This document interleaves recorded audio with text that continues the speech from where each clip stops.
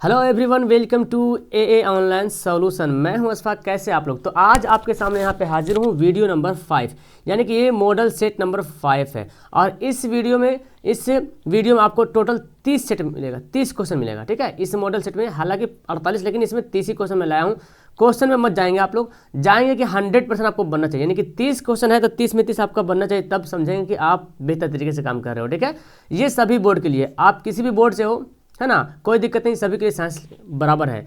तो आइए 1 bye 1 start करते हैं। जो लास्ट में जो वीडियो लैब के बाद देख रहे हो, है ना, टाइम के बाद देख रहे हो वीडियो, तो नीचे भी कमेंट करते जाना और लास्ट में मुझे कमेंट करना कि 30 में कितना सही बनाए। ओके, चलो तो सबसे पहला सवाल आपके यहाँ पे हाजिर है। इनमें से कौन है किसका उपयोग जो है ईंधन के रूप में नहीं किया जाता है? निम्न में से किसका उपयोग जो है ईंधन के रूप में नहीं किया जाता है? सीएनजी, एलपीजी, बायोगैस, कोयला, है ना। तो क्या इसका आंसर होगा? देखो, सीएनजी का full form compressed natural gas होता है और ये गाड़ी में इस्तेमाल किया है। एलपीजी जो सिलेंडर होता है ना, सिलेंडर हम लोग यूज करते हैं घर में, वो होता है एलपीजी।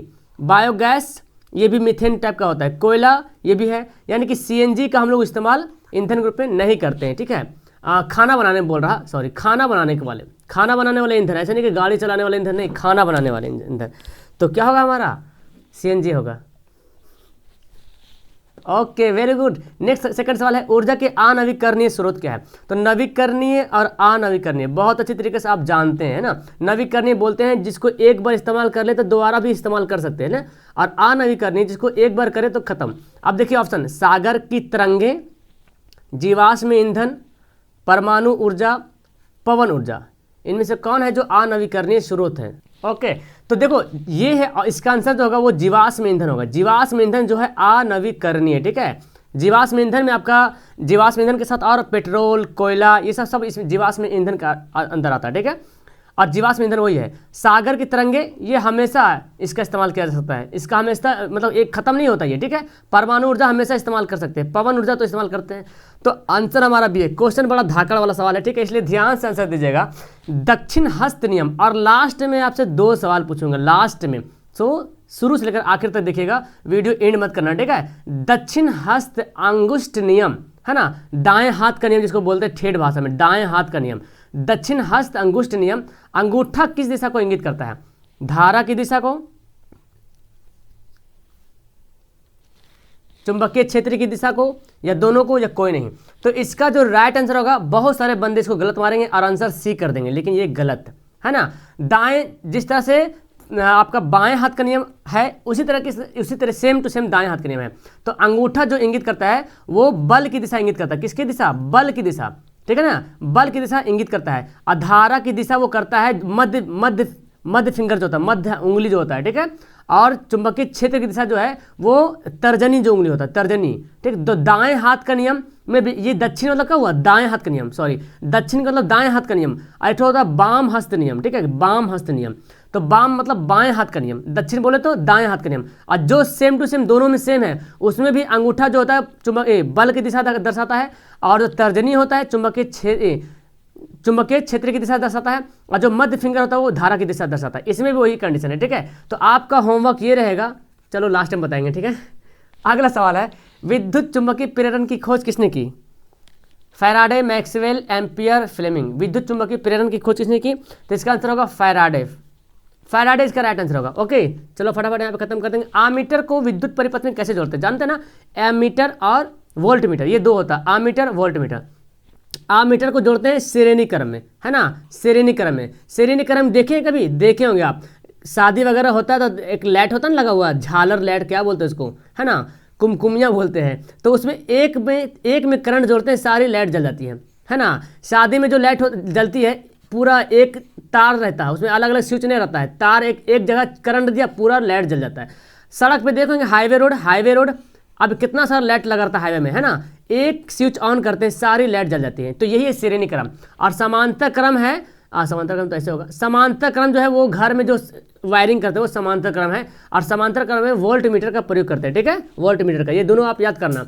अगला सवाल है, कुलाम्ब होता है, एक कुलाम्ब किसके बराबर होता है? ठीक है, तो ये फॉर्मूला पढ़े होंगे, I बराबर Q/T, ये पढ़े फॉर्मूला, पढ़े ना, I बराबर Q/T। तो अब अगर इसको क्रॉस गुना करें तो Q बराबर क्या होगा? IT।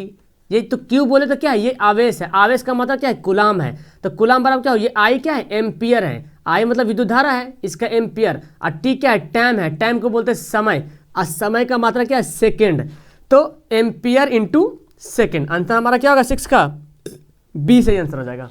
ओके, अगला सवाल है, इनमें से कौन विद्युत रोधी पदार्थ है, मतलब समझ रहे हैं ना, विद्युत रोधी किसको बोलते हैं, आचालक को, है ना, जिससे विद्युत धारा प्रवाहित नहीं होती उसको बोलते हैं विद्युत रोधी पदार्थ। जानवर का शरीर, रेशम, अशुद्ध जल, आर्द्र हवा।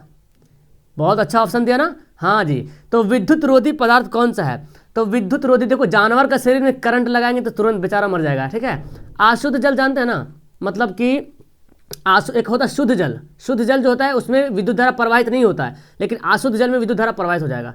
आर्द्र हवा का मतलब हुआ नमी हवा, मतलब ठंडापन हवा में, ठीक है, तो इसमें भी विद्युत धारा प्रवाहित हो जाएगा। रेशम के कपड़ा जो होता है, रेशम होता है, इसमें विद्युत धारा प्रवाहित नहीं होता, यही है विद्युत रोधी। मजा आ गया ना सवाल देखकर। चलो अगला सवाल देखो, सामान्य नेत्र के लिए अस्पष्ट न्यूनतम दूरी कितनी है, तो ये तो खैर क्वेश्चन एकदम धज्जियां उड़ा दिए, इस क्वेश्चन को पढ़ा कर ना, याद होगा आपको कि सामान्य नेत्र के लिए अस्पष्ट न्यूनतम दूरी, तो न्यूनतम के लिए आएगा कितना, 25 सेंटीमीटर, क्या होगा 25 सेंटीमीटर। और अगर यहाँ पे न्यूनतम के जवाब दे दे अधिकतम, न्यूनतम के जवाब दे दे अधिकतम, तो वो हो जाएगा अनंत, याद रखेंगे। ओके, अगला सवाल है, सबसे पहले सूर्य का स्पेक्ट्रम प्राप्त करने के लिए कांच के प्रिज्म का प्रयोग किसने किया था, है ना। सबसे पहले सूर्य का स्पेक्ट्रम प्राप्त करने के लिए कांच के प्रिज्म का प्रयोग किसने किया था, न्यूटन ने, आइंस्टीन ने, पाइथागोरस ने, या गैलीलियो ने। तो 9 का जो आंसर हमारा होगा ऑप्शन हमारा ये न्यूटन ने, है ना। न्यूटन ने सबसे पहले सूर्य का स्पेक्ट्रम प्राप्त करने के लिए कांच का प्रिज्म का प्रयोग किया था। ओके,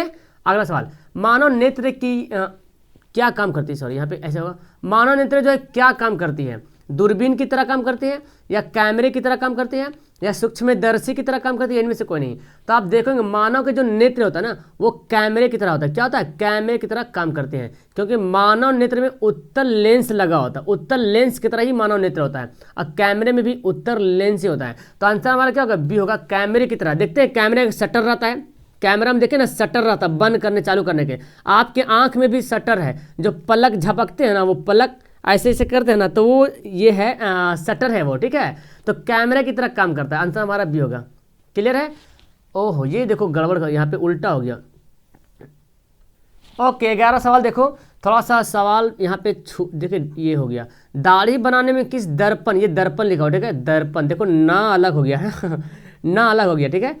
तो दाढ़ी बनाने में किस दर्पण का प्रयोग करते हैं, अवतल दर्पण, उत्तल दर्पण, समतल दर्पण।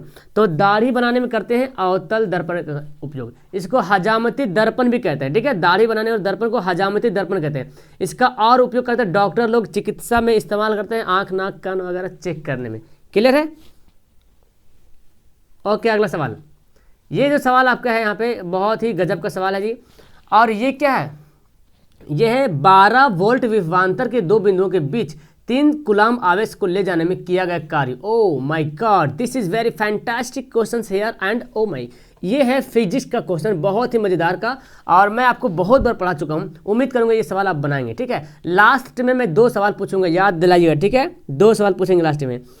और तो चलो इसको बनाते हैं। क्या बोला जा रहा है, कार्य निकालने के लिए, तो आप पढ़ें V बराबर W/Q पढ़ें, ऐसा ये फॉर्मूला होता है, वोल्ट बराबर विभवांतर बराबर क्या होता है, W/Q होता है ना। हमको क्या निकालना है, Q निकालना, कार्य निकालना, वर्क है, तो वर्क के बराबर क्या होगा, VQ, है ना। V मतलब वोल्ट हो गया, या विभवांतर बोलो, तो 12 × Q कितना आवेश है, 3, 12 तिया, अरे यार यहाँ पे 3 होगा, 12 तिया 36, और जूल होगा, क्योंकि कार्य का मात्रा क्या होता है, जूल, आंसर हमारा B होगा। तो ये सब सवाल तो एकदम दाल भात चटनी की तरह है ना। हरे पौधे में संरक्षित आंतरिक ऊर्जा किस रूप में होता है, जो पौधा होता है तो उसके अंदर जो एनर्जी जो जमा होता है अंदर में, तो वो एनर्जी किस रूप में जमा होता है, वसा के रूप में होता है, या प्रोटीन के रूप में होता है, या जल के रूप में होता है, या मंड के रूप में होता है।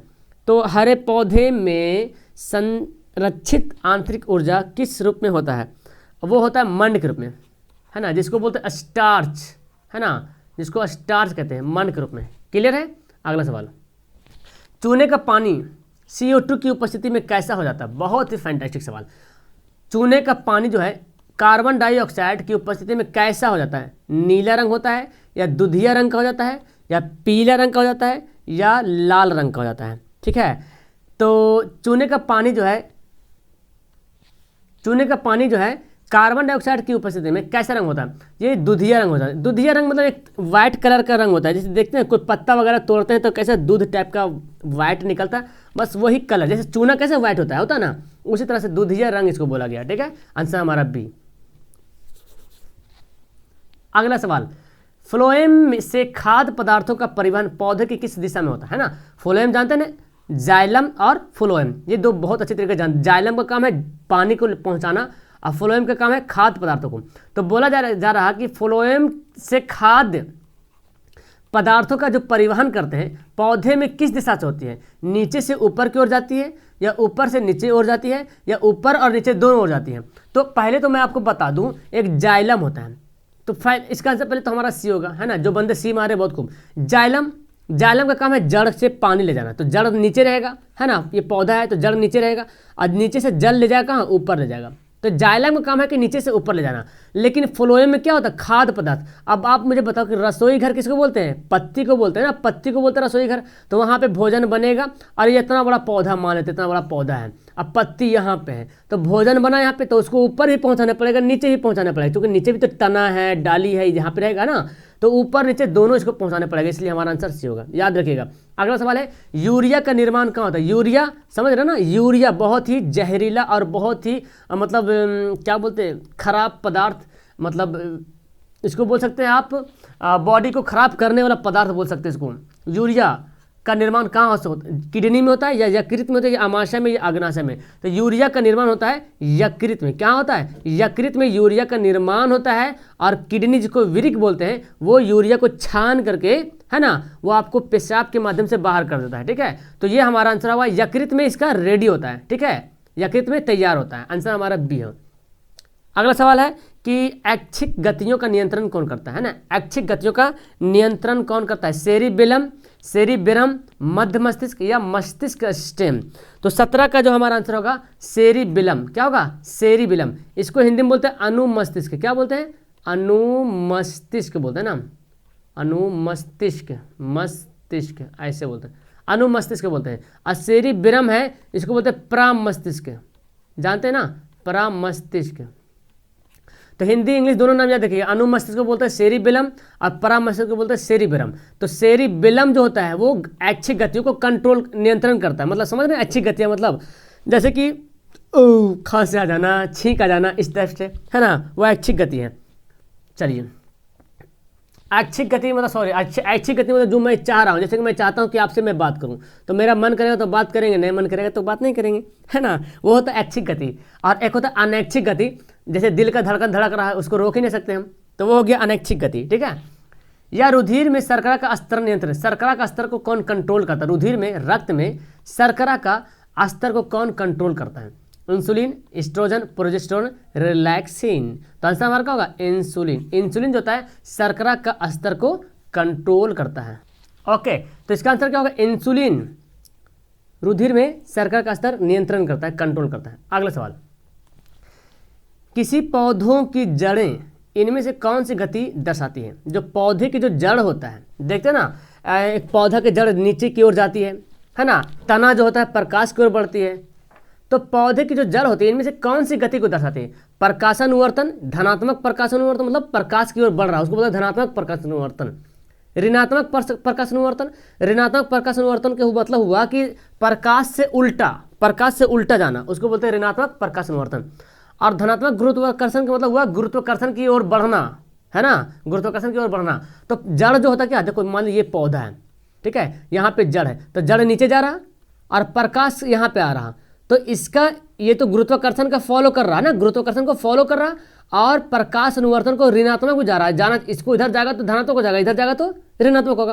प्रकाश की ओर अगर बढ़ रहा तो धनात्मक होगा, और प्रकाश से उल्टा जा रहा तो ऋणात्मक होगा। और जड़ तो उल्टा ही तो जाता है ना, प्रकाश के उल्टा जाता है, मतलब ऋणात्मक भी जाता है और धनात्मक, मतलब गुरुत्वाकर्षण के धनात्मक जाता है।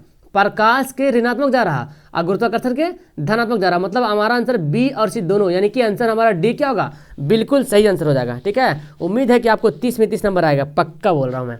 चलो, फूलों में नर प्रजनन अंग होते हैं, मतलब फूल में जो जनन अंग होता है, और नर मतलब समझ रहे हैं ना, मेल, और एक होगा मादा। तो फूलों में जो नर जनन अंग होता है वो होता है पुंकेसर, है ना। स्त्रियों में जानते हैं, स्त्रियों में क्या होता है, स्त्री केसर होता है, और फूलों में होता है पुंकेसर। हमारा आंसर क्या होगा, ए होगा इसका बिल्कुल सही आंसर। अगला सवाल है, शुक्राणु कहाँ बनता है। बहुत अच्छा सवाल है और बहुत बार आप पढ़ चुके हैं सवाल, शुक्राणु कहाँ बनता है। तो ये है विरशन में, मूत्राशय में, गर्भाशय में, अंडाशय में। तो सबसे पहले आपको ये पता होना चाहिए, विरशन जो शुक्राणु जो है ये आपका क्या बोलते हैं, नर है, नर में पाया जाता है, नर में। और ये कहाँ बनता है, विरशन में बनता है। कहाँ बनता है, विरशन में।